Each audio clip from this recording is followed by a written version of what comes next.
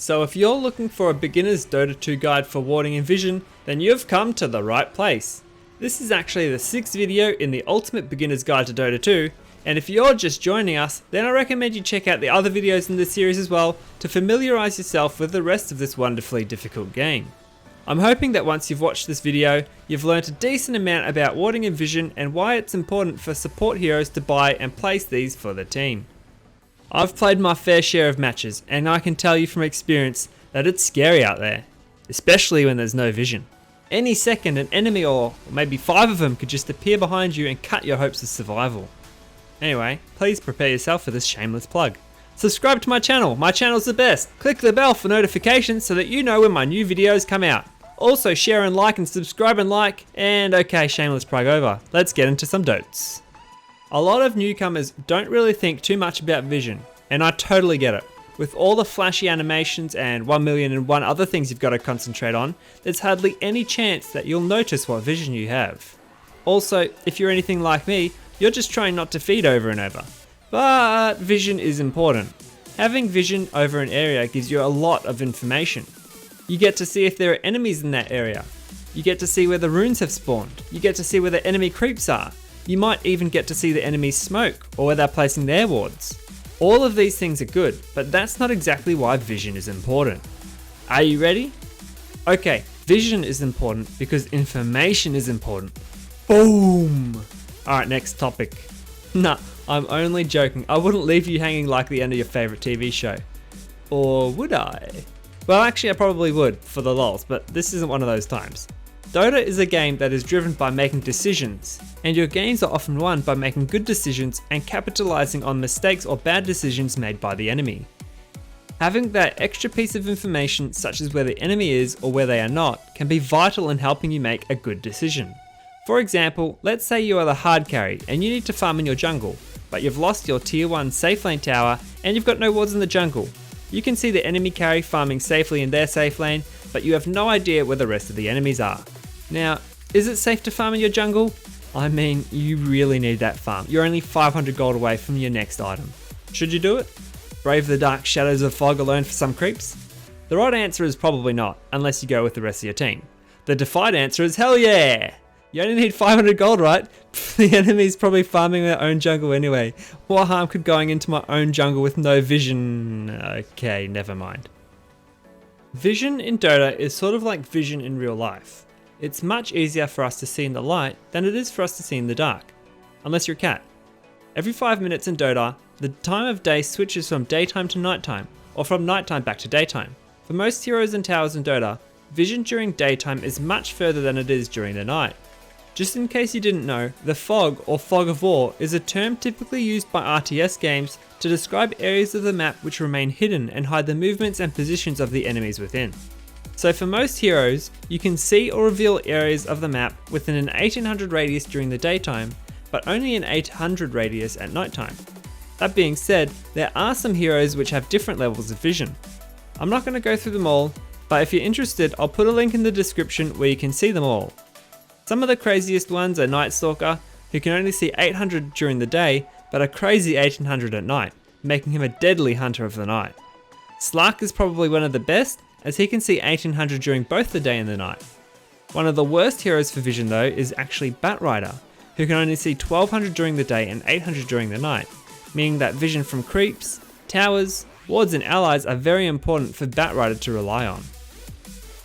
Now while Batrider does have poor vision, he has Firefly, which grants Batrider flying vision equal to his vision limits, which is extremely advantageous even though his vision range is quite poor.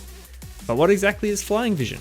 Well, typically heroes are walking or floating along the ground and cannot cross certain map features such as trees or cliffs. Similarly to ours would be in real life, hero vision is obscured by the trees as well if they are on low ground and cannot see up above high ground or over cliffs.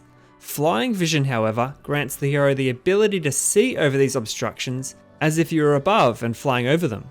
This can be a huge advantage for you, as you can see the enemy over trees and cliffs during flight while they might not be able to see you, giving you the element of surprise for a gank or just the extra information to know where they are. Probably the most valuable 50 gold that any hero can spend, observer wards can be placed on the map and reveal an area of fog in a 1600 radius around them, less any obstructions blocking their path, and they last for up to 6 minutes. Wards are most beneficial when placed on high ground, such as cliffs, as they give more vision than if you just put it on the ground with trees all around. Observer wards are invisible to the enemy team, however they can be revealed by true sight, allowing the enemy to destroy them and receive a gold bounty for their efforts. Because vision is so important, teams often battle for vision with observer wards being destroyed or dewarded constantly throughout the match. For this reason, sometimes it can be better to place the observer ward in a more obscure location that is less likely to be dewarded, but you will sacrifice some of the vision you might get if you placed it on the cliff. If you'd like a guide to where you can place these wards, I've actually made a beginner's guide for this, which you can find a link to in the description below. I've also got plans to make a more advanced guide as well in the future, so make sure you come back for that as well. In general, however, when placing wards, you want to try and find a location which serves as many purposes for your team as possible. Mainly when placing wards, you are trying to protect an asset, such as a part of your base or one or more of your heroes. Or you are trying to create an opportunity to gank an enemy or take an objective. Wards are a limited resource that restock in the shop once every 135 seconds, so just be careful not to waste them by placing them in areas that won't really help you. To help you out a little bit, here is a map which shows some of the most common ward locations which might help you to get started. The last topic in this video here is True Sight, and True Sight is something that most beginners seem to overlook or underestimate the value of. In Dota, there are many invisible heroes, invisible units, or observer wards which are also invisible to the enemy team. If your enemy has an invisible hero, it can be really frustrating trying to kill them or keep track of their movements, but that's where the True Sight comes into play. There are some abilities which can reveal invisible units, as well as 3 items which you can purchase. These are Sentry Wards, Dust of Appearance, and finally the Gem of True Sight. Sentry Wards are similar to Observer Wards, however they don't give any vision in the area around them, but they will reveal invisible units or items in their range for up to 3 minutes. Sentries can also be destroyed, but don't grant any gold bonus for doing so. Dust of Appearance is another item which is great for True Sight, and probably a little bit better than Sentry Wards if you're trying to get a kill. Upon activation, the dust will coat all enemy units within its range, slowing them by 20% and revealing them for up to 12 seconds. The benefit of this over Sentry Wards is that you'll still see the enemy for the full 12 seconds even if they move away, whereas with Sentry Wards you are limited to the radius around the ward only. One disadvantage of Dust, however, is that it does not reveal wards or sentries. The final item that gives True Sight is the best, and that is the Gem of True Sight. The gem gives the holder True Sight in a 900 radius around them, and lasts as long as you are holding it. The gem is costly, however, at 900 gold, and can be a risky investment, as upon death, the gem will drop to the ground and the enemy team can pick it up. Sometimes though, it can be really worth investing in a gem if you need to detect many invisible enemies, or if you need to control vision. That does it for episode 6, and we are just tipping over the halfway point of the series. If you've gotten something out of this video, or if you're awesome, just make sure you click the like button and subscribe to my channel too for more awesome content. Don't forget to leave me some love in the comments section below, and of course dominate the Vision game in your Dota careers from now on. Thanks everyone, and have a superb day. Defied out.